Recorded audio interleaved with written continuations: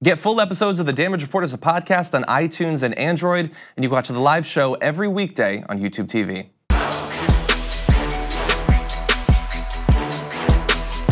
It has been well over a month at this point since Washington Post journalist and US resident Jamal Khashoggi was killed at the Saudi consulate in Istanbul. We have gotten nothing approaching justice. We have barely gotten any answers.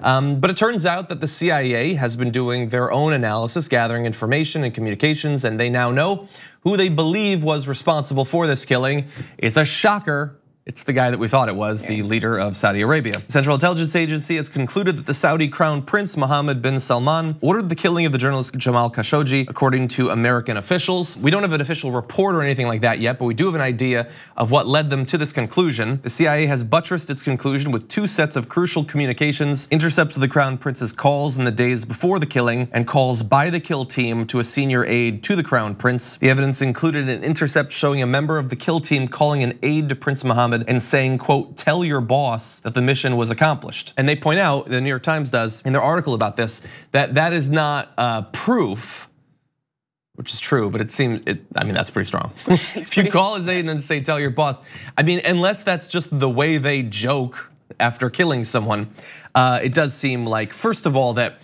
does link it very, very tightly to the Crown Prince. But also, if this guy is a senior aide to the Crown Prince in a dictatorial regime, it seems unlikely that he would go around sparking an international incident without checking in with his boss. That's right, that's the big part, that's the evidence. Even just basic knowledge that one could have about how this country operates. Everyone, it's just logical. Yeah, exactly. That this did not and could not possibly have happened without. Yeah, well, and especially when it appears to track with what we know the Crown Prince wanted. The Crown Prince was desperate to get him back to the country.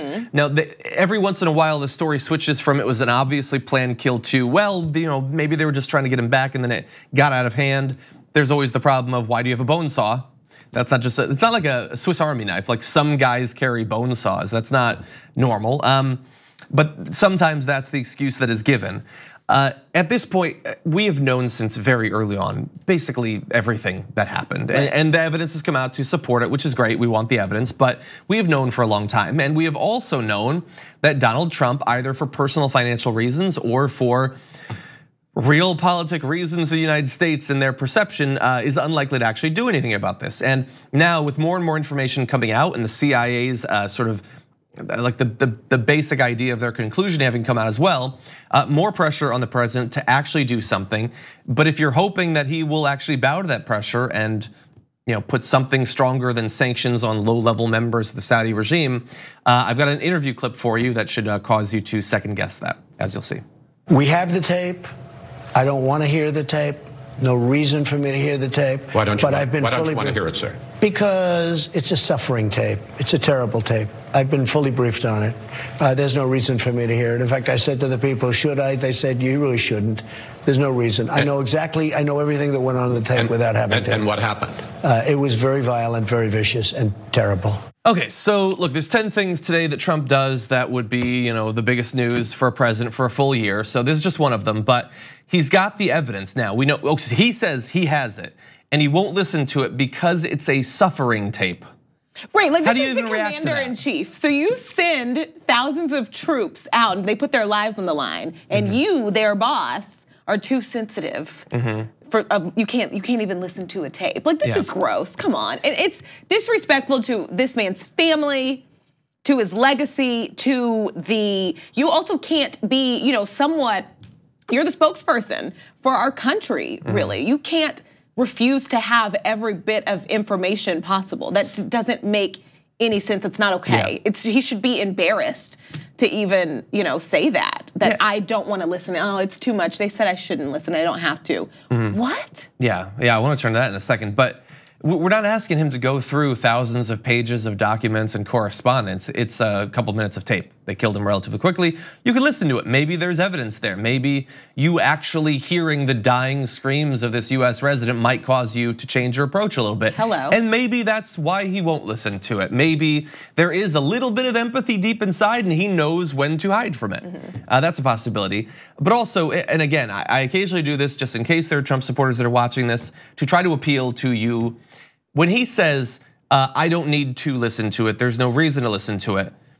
And then that clearly Chris Wallace doesn't accept that because that's ridiculous. So then it immediately becomes, oh, and then I asked the people and the people said there's no reason for you to listen to it. Who are the people? You're right. Was it a CIA officer? The people. You're right. I missed that. Yeah. There are people. And he asked the CIA officer, and the CIA officer was like, don't worry about it, boss. No reason for you to listen to that. It's gonna be too hard for you. That did not actually happen. That conversation didn't happen. Every time he is questioned, it becomes, there's people agreeing with me. People are saying it. We're gonna have it when we talk about Whitaker a little bit later. People are saying he's respected. He can never say who, he can never say when, he can never say where. It's always just, there's things that make me right that I'm not even aware of and I refuse to make you aware of. Right. The important thing though, is that we know what is going on here. The Crown Prince of Saudi Arabia believes that he could go around the world and he can murder people if he wants to, even if they're members of the media, even if they're US residents. And when I say that he believes he can do it, he's right to think that because there will be no consequences. We will do nothing. Donald Trump in a later portion of the interview says, he tells me he didn't do it. And Chris Wallace, to his limited credit, keeps pushing back. What if he's lying, ding dong? What if he, of course, a person who murders someone is probably not gonna say, you got me. Yeah, we really botched that one. We shouldn't have had the bone saw, I guess.